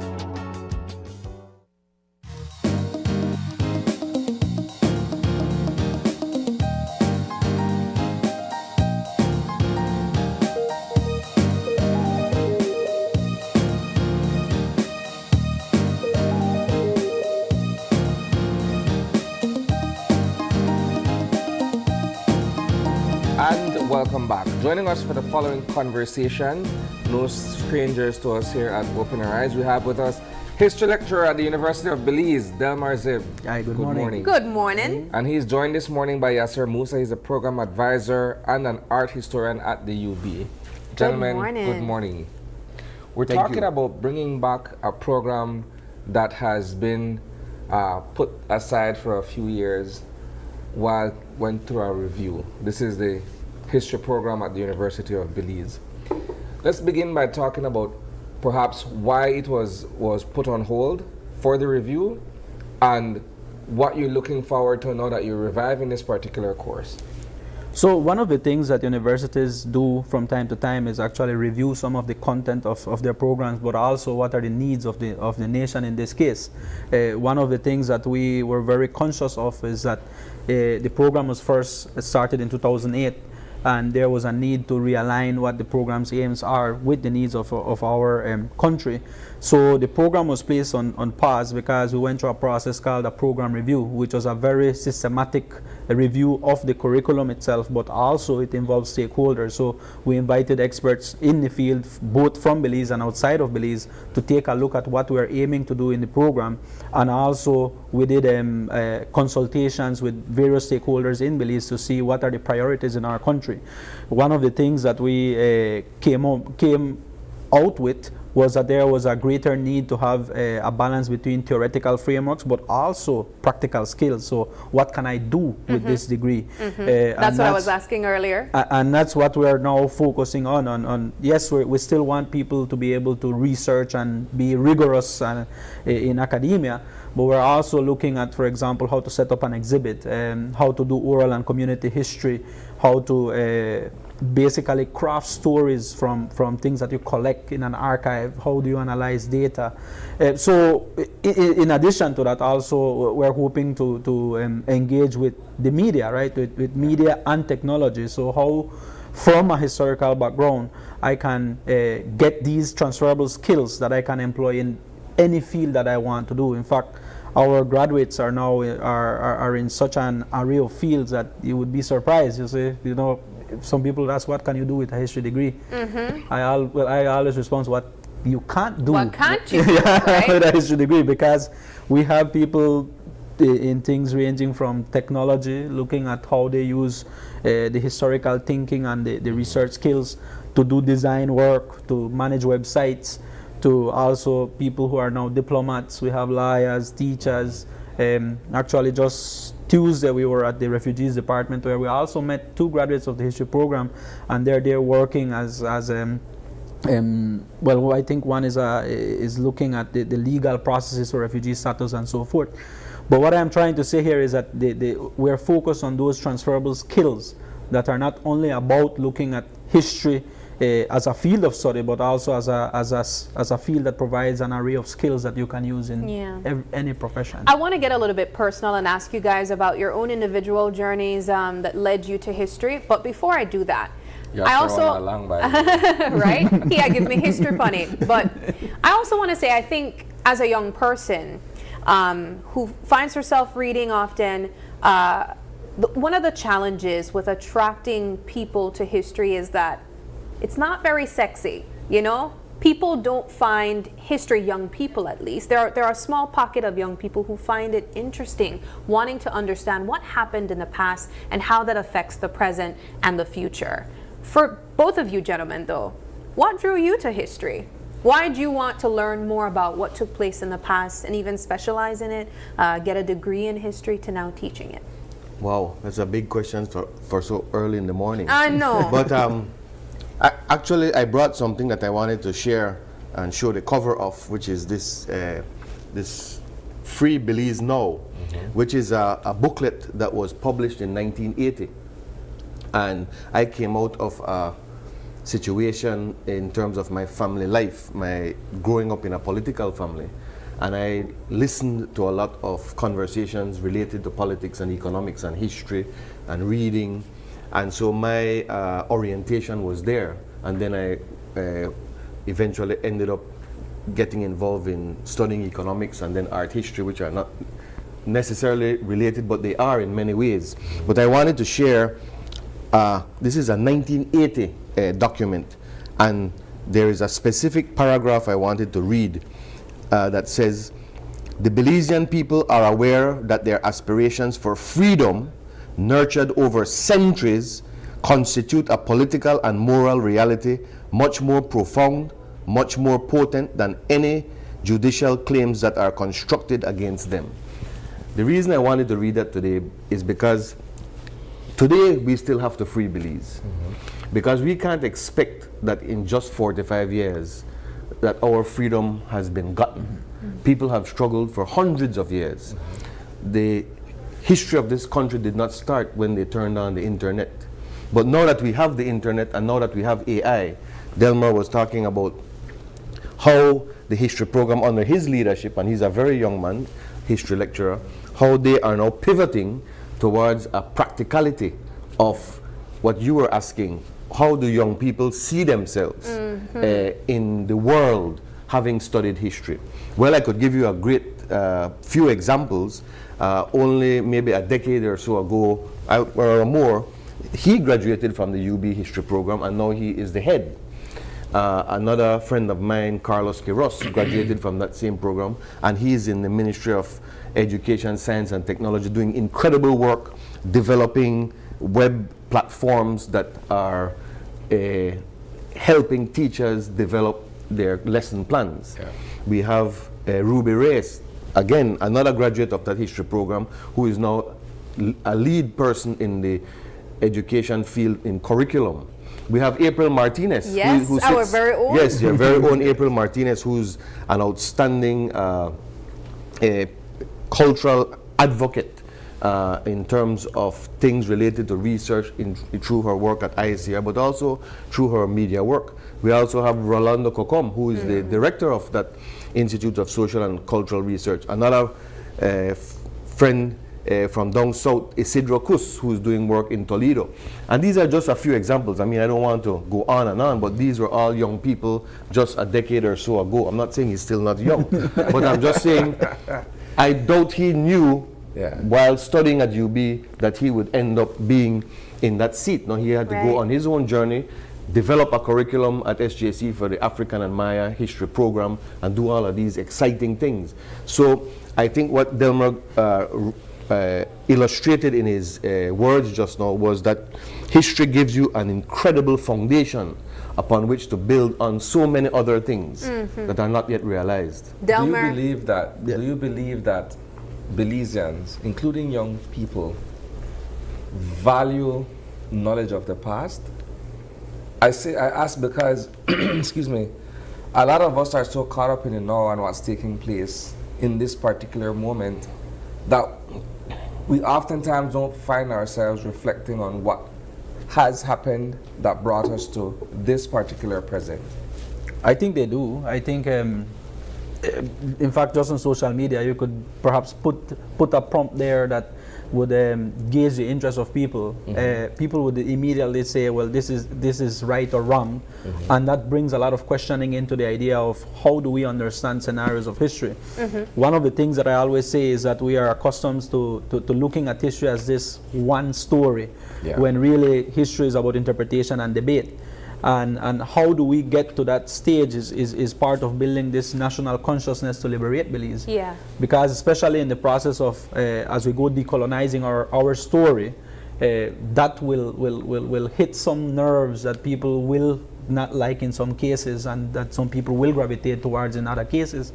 And that particular debate and discussion there is always something that I personally value. So even when people are debating and arguing against a position or an archival record or something like that, I always find it fascinating because it's a discussion on history that is ongoing. Regardless of which position you're taking, it's something that happened. I like that analysis. Like when we debate the Battle of St. George's Key, right?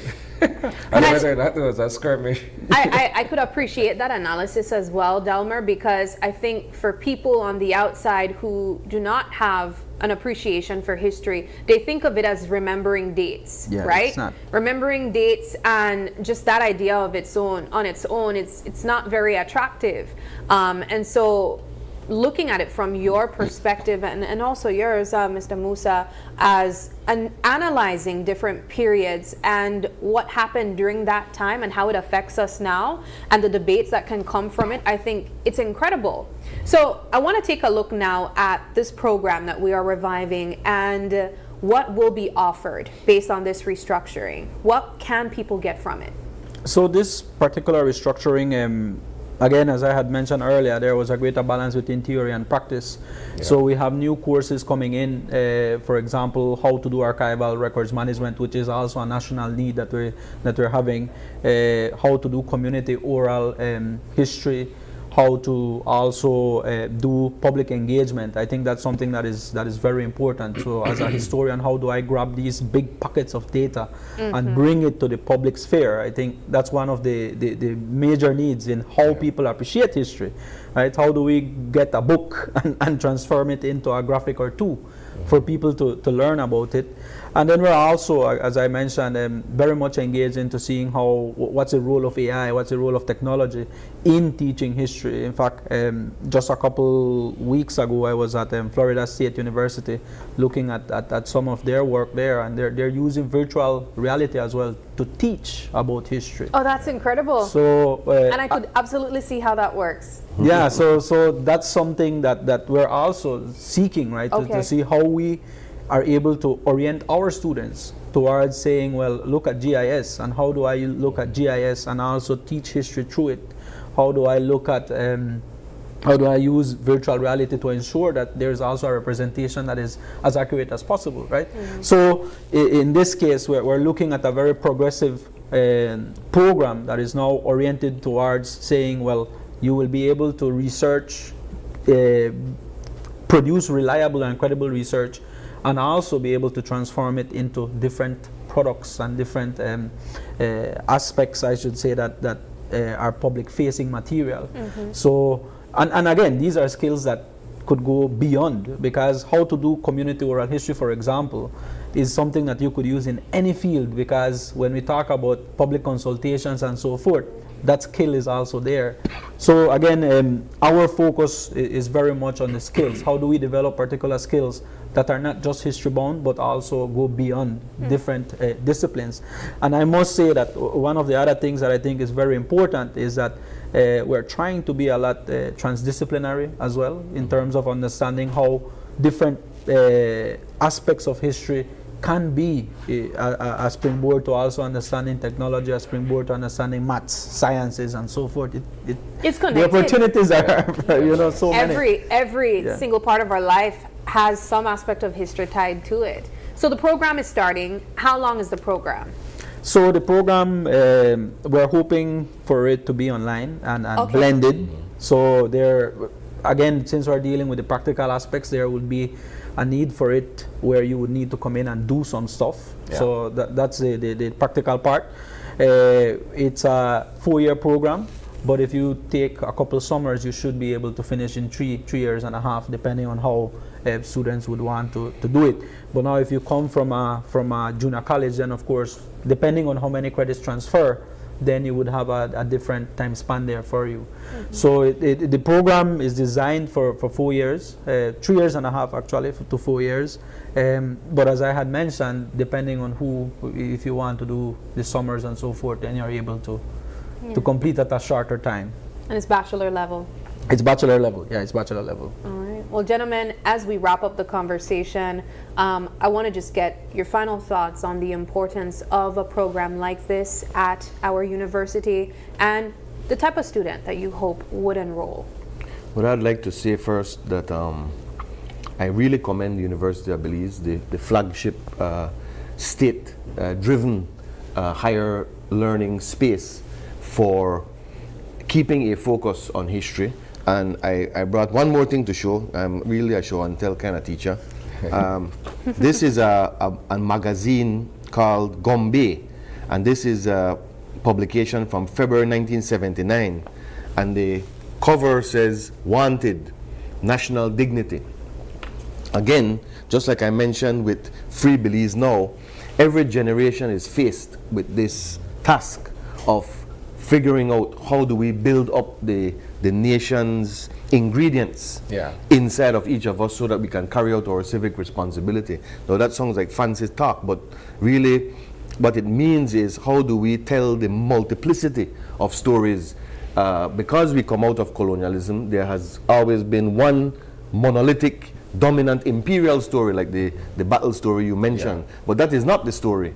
the story, and I met recently with the National Garifuna Council and the National Creole Council.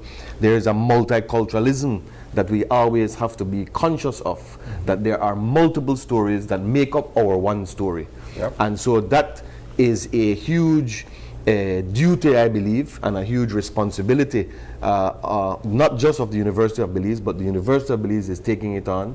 So I think that young people would find a great mission in taking courses at the University of Belize, and a great purpose in what they want to be by taking these courses. So I would really encourage younger people to give it a look and to experience how to develop your sense of your pride and your joy of being Belizean. Before we go to Delmer, I want to read 2 comments coming from our viewers at this time. We have April Martinez saying, so proud of the history and growth. I'm excited for this new phase of the program. We also have Dylan Vernon commenting, saying, great and purposeful show. The relaunch of the UB history program is huge. It is part of our nation building, our decolonization. It is exactly what our national university must be doing. Congrats to Delmer, and great to see Yasser on board at UB. I am so excited about this. Delmer, Thank as you we for wrap up, any final thoughts you'd like to share? Well, perhaps the final thought that I wanted to share was that we didn't talk much about it, but research is also very important. Yeah. And as a national university, we should be doing more research, particularly to link community stories. I think Yasser just mentioned that there's a multiplicity of stories out there.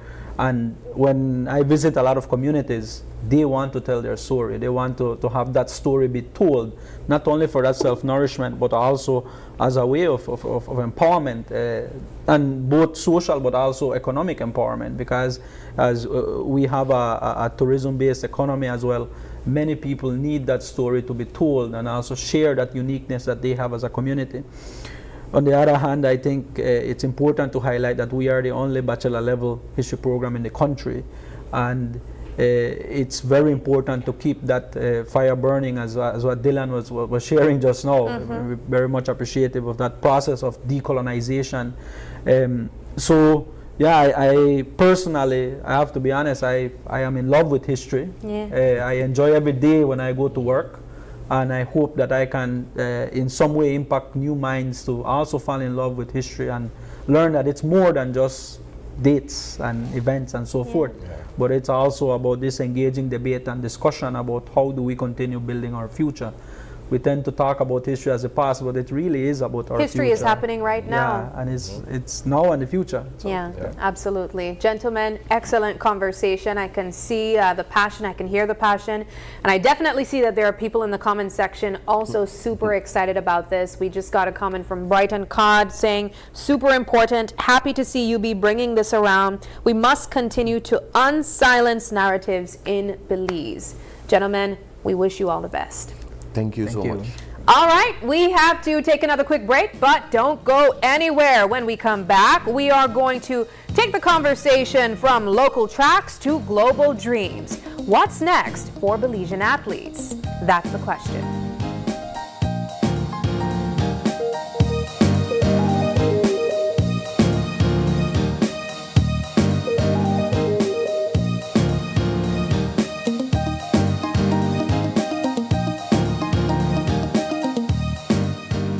Access energy for cooling, lighting, and powering our electrical appliances and devices at work and at home.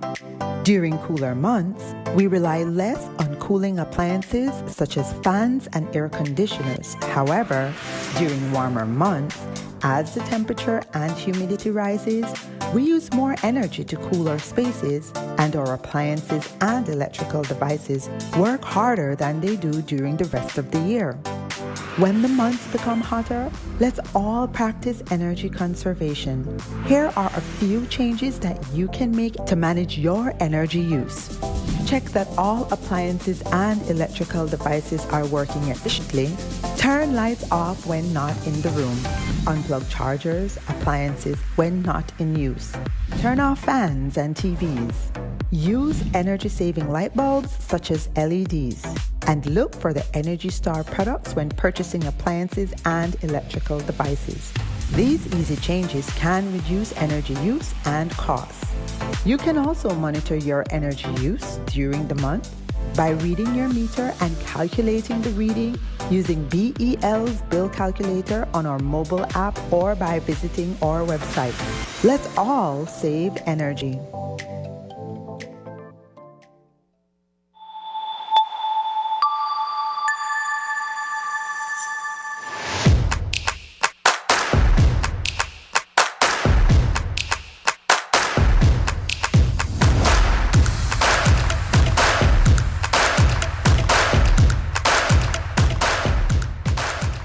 Maria's was planned to open in 2020, and that's when COVID came.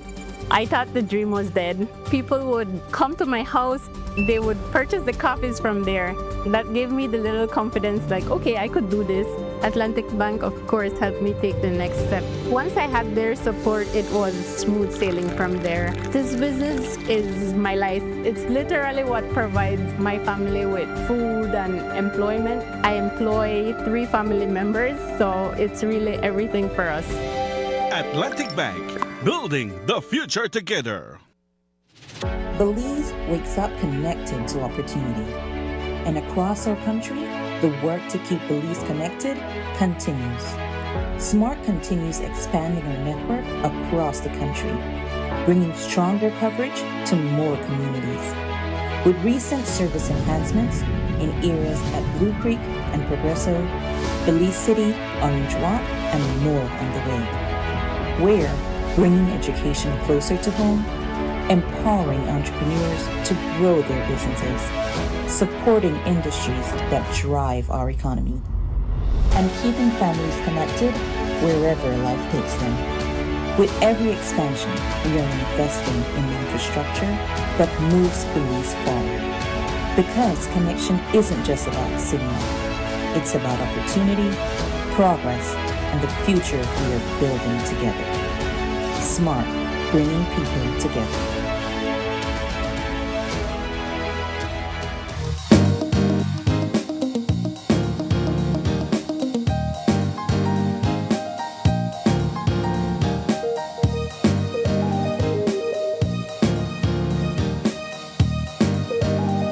Welcome back. This is our final conversation, and it's one definitely centered around celebration. We are calling it From Local Tracks to Global Dreams.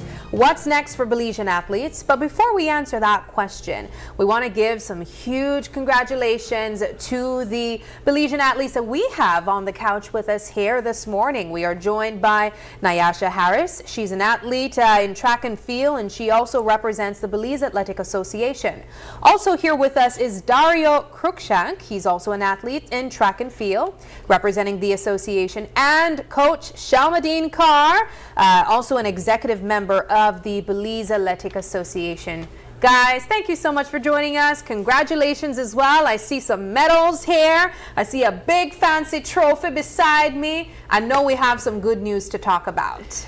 Yes, thank you for having us. Yes, so I recently learned that you came from Nicaragua just a few days ago. There was a big game there, the Central American Games on April 28th. And no, we leave April 28th, but the competition day was the 2nd and the 3rd of May. Oh, okay, so that was just a few days ago, really. All right, well, even better. This is huge.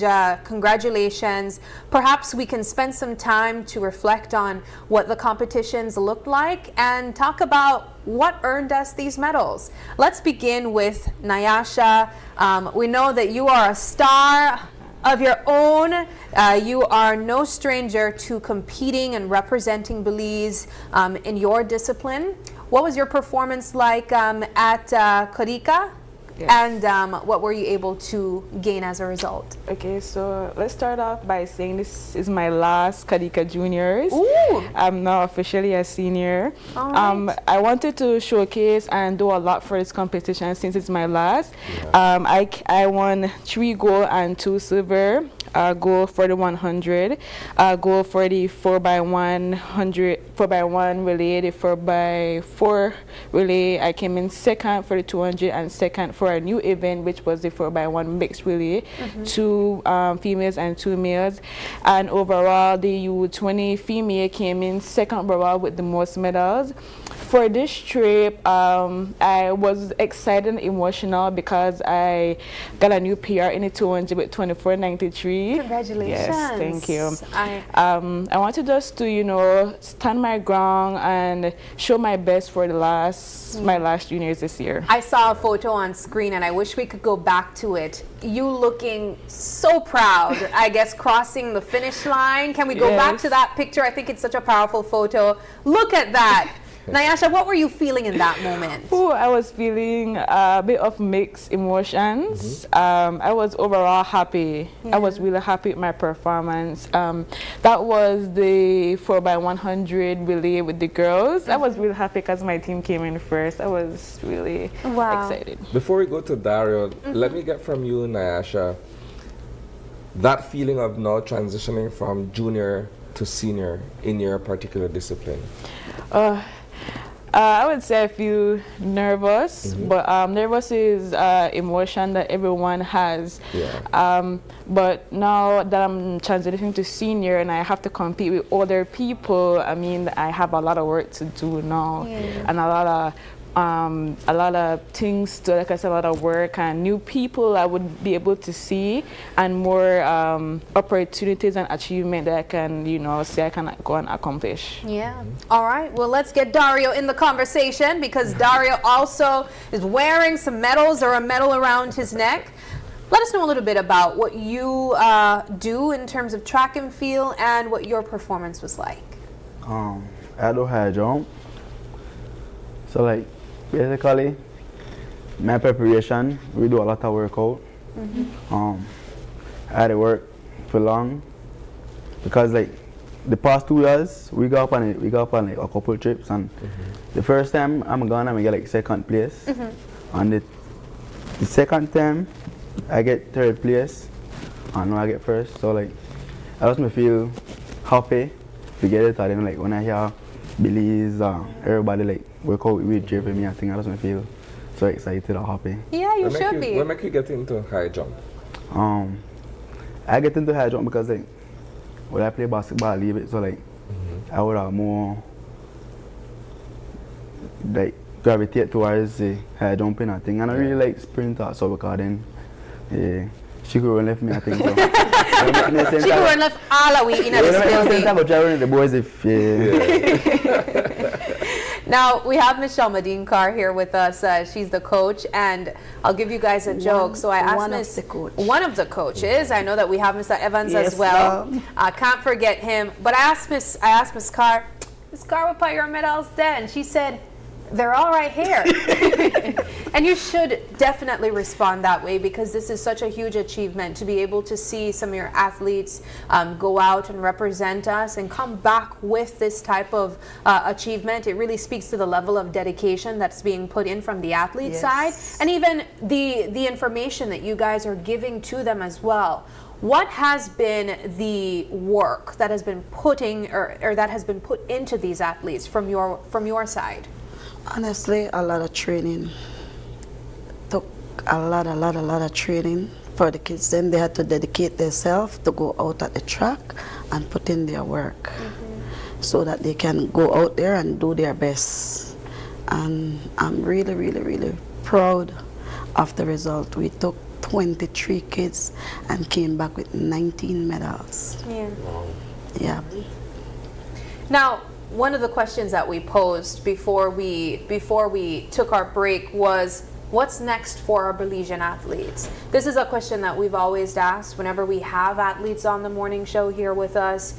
When we think of what's next for them, it's usually education, finding somewhere or another for them to advance in their education, but also finding ways that they can improve upon what they have built here. What are the dreams that you guys from the association have for these athletes? Honestly, we're trying to see, like, especially the one who's coming out of high school, to see if we could get them scholarships and we further their education, see if we can get some in high school, some scholarship for them in the high school. and just continue to work along with them as long as they wanted to continue. We're there for them. They're not just our athletes, they're like our children. Yeah. I definitely learned that when I spoke a bit more with Mr. Evans. Do you find that things have changed perhaps for the better under this new Ministry of Sports? Have they been engaged with you guys in terms of promoting and funding the various sporting initiatives that you guys are involved with? Or is it something still where you're pretty much on your own? Yeah, for right now. Yeah. Oh, okay, so we still need to meet with the minister. We didn't have time to meet with the minister. So that's something we're working on, and hopefully we get some good result. I believe we will. All right, so insofar as where you guys are right now, right, in terms of either providing the financial assistance for them or being able to get them prepared for any upcoming tournament or what have you, how does that part work? It's very hard because we have to try and get out there and look for sponsorship. And sometimes the athletes have to do their part too. So it's very challenging to them and to the association. So we need sponsorship. Yeah. Yeah. Now, I want to ask about this big trophy here. We know about the individual medals, but what does the trophy here represent? The performance of our female athletes, Youths 20. Okay. Because it was honestly 4 U20 girls. And we brought back a trophy. We were the smallest contingent in the whole region. Yes. We took only 23, and we brought this back home. These types of competitions that you guys go and represent, are there like many other young people from across Central America that are also present? Yep. Sometimes different country bring 100 and add athletes. Wow.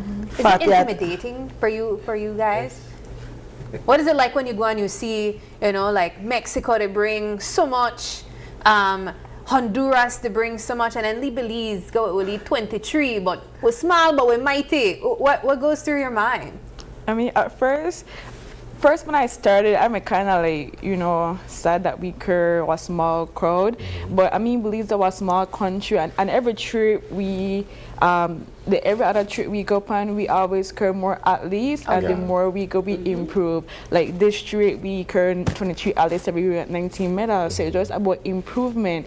And I mean, Mexico, Honduras, Guatemala, they curve a big team, but we also curve a small team, and we bring back our medals. And they're closer to the competition, so they can afford to take more athletes. Yeah, that's true. Yeah, we're the farthest. I think that's what makes it really cool, though. We take a small amount, but we come back with something. We make sure we come back with we Belizean and say bad.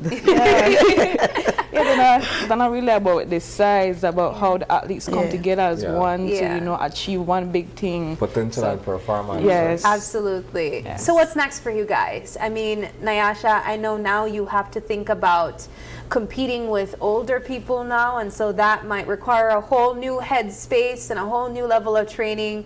But in terms of each and every one of you and the type of work that you're doing, what do you have planned? Definitely school. School is the next big thing right beside track and field. Without track, you have to have school. Without school, you have track and field, so it goes together as one. So I will just be continuing with school and track and just to carry it farther up. And you, Dario? The same, I have school too, and track, so I would have said the same. All right. And you, Ms. Shalmadine? Well, get ready for seniors, which will be held, I think, the 5th, 6th, and the 7th of June. So back to grinding again. Yes. And we often talk about sponsorship, and so for anyone who would like to sponsor the work that's being done, even if they are not leaving the country to represent, you guys still meet every single day for training. And you need refreshments, you need some type of support. How can people support you guys? They could donate whatsoever they could. Water, Gatorade, finance towards the senior trip coming up. Do you have a phone number that they can reach? 631-3362, that is my number. And we also have the GenSec, Miss Kimberly Casamira. You can also reach she is 614-6414. All right. So you can reach one of us. Alrighty, well, guys, congratulations again. This is exciting. I could see the pride on each and every one of your faces, and I know that it's only up from here. The work continues, and I wish you guys all the best in your education as well. Thank you. Thank you. All right, we take one final break, and we are, in fact, going to close things off at this time. And so, just like that, Isani, the day is complete. Kind of taking me right back to what you were pointing out earlier in the morning, that it's flying by so quickly. Yeah. It is May 7th, and if you're celebrating a birthday today, happy birthday to you. If you'd like to give a birthday shout out, or if you have any questions, comments, or concerns, you can send us an email at oye@greaterbelize.com. You can also catch us on our social media pages. We have Facebook, that's Open Your Eyes BZ. Instagram, that's OYE Belize. We even have TikTok, that's openyoureyes.bz, where we go live every morning at 6:20, giving you guys kind of like a behind the scenes of the behind the scenes. And then you can even call us or text us on our OYE phone number, that's 675-2555. But please, do us a favor and join us again tomorrow on What the Friday, when you open your eyes. Start your morning right. Until then, keep your eyes, your mind, And your heart's open. have a wonderful Thursday. We'll catch you tomorrow. Bye.